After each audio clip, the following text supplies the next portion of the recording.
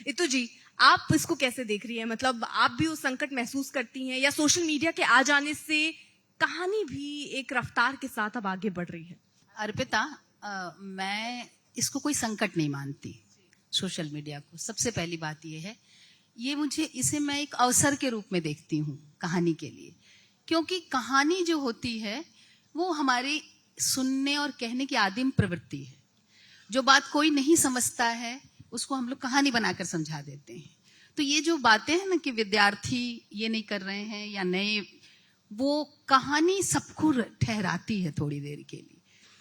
तो ये जो कहानी, हिंदी कहानी के बड़े नायक हैं, उनको अपने युवाओं तक पहुंचाने के लिए सोशल मीडिया ने बहुत मदद की है। आप देखिएगा कि यूट्यूब या ऑडियो बुक से लोग कहानी सुन रहे हैं, जो कि आज से पहले शायद बुक खोल के वो नहीं पढ़ते थे, और वो उनको भी सुन रहे हैं जिनका नाम शायद उन्होंने नहीं सुना, और सुनने के बाद कहते हैं कि ये इस कहानीकार का हमने सुना, और ये सुनने की प्रवृत्ति बढ़ी है। और ये मुझे दुखद नहीं लगती, क्योंकि हमने आदिम काल से सुनकर ही सीखा है।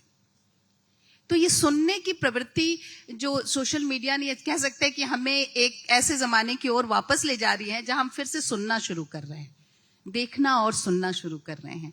लिखा हुआ भी पढ़ा जाएगा, क्योंकि जैसे ही आप 3 कहानियां सुन लेंगे, उसकी बाकी कहानियों की आप तलाश करेंगे। तो ये जो साहित्य के प्रति अनुराग है वो इन माध्यमों के द्वारा ही पैदा हो भी रहा है। एक लेखक छपकर 100 लोगों तक पहुंचता था, 1000 लोगों तक पहुंचता था। उसके उस किताब के कुछ पेजेस अगर हम पोस्ट कर देते हैं तो वो लाखों लोगों तक एक बार में पहुंचता है।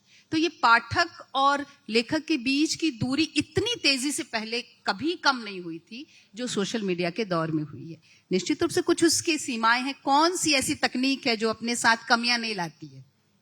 वो मनुष्य की बनाई तकनीक है, और मनुष्य ही उसका इलाज भी खोजता है। जैसे अब AI तकनीक है, बहुत से लोग डरे हुए हैं कि पता नहीं हमारी बुद्धि के ऊपर उनकी बुद्धि होगी, लेकिन हम जानते हैं कि अंततः हमारी रचनात्मक प्रतिभा को हम ही चुनौती दे सकते हैं, कोई मशीन नहीं दे सकती। तो चाहे वो कहानी लिखना हो, कविता लिखनी हो, और नए बच्चे लिख रहे हैं, ढेर लिख रहे हैं, ठीक है, अपरिपक्व है, लेकिन उनको पाठक मिल रहे हैं। ये उनकी रचनात्मकता के लिए हम लोग क्या करते थे पहले? कविता कौन नहीं लिखता है? हर बच्चा एक उम्र में जैसे भी 2-4 लाइन जरूर लिखता है, लेकिन क्या होता है, बहुत खराब लिखा है बोलकर छिपा देते थे। लेकिन अब हम इतना साहस करते हैं, पोस्ट करते हैं, और अगर 20-25-100 लाइक आ गए तो हम अगली कविता लिखने की सोचते हैं। तो हम नए रचनाकार भी पैदा कर सकते हैं। तो दृष्टिभंगी थोड़ी बदलनी चाहिए। भाषा भी बदल रही है निस्संदेह। जो क्लासिकल भाषा थी वो ज्यादा देर बचती नहीं है, तो उसे छोड़ना नहीं चाहिए। ऐसे बच्चे जब, ऐसे लोग, ऐसे नए लेखक जब मौका पाते हैं तो अपने को सुधारने की भी कोशिश करते हैं, और जब उनको मौका मिलता है तो वो अपने को उस स्तर तक ले जाने की भी कोशिश करते हैं।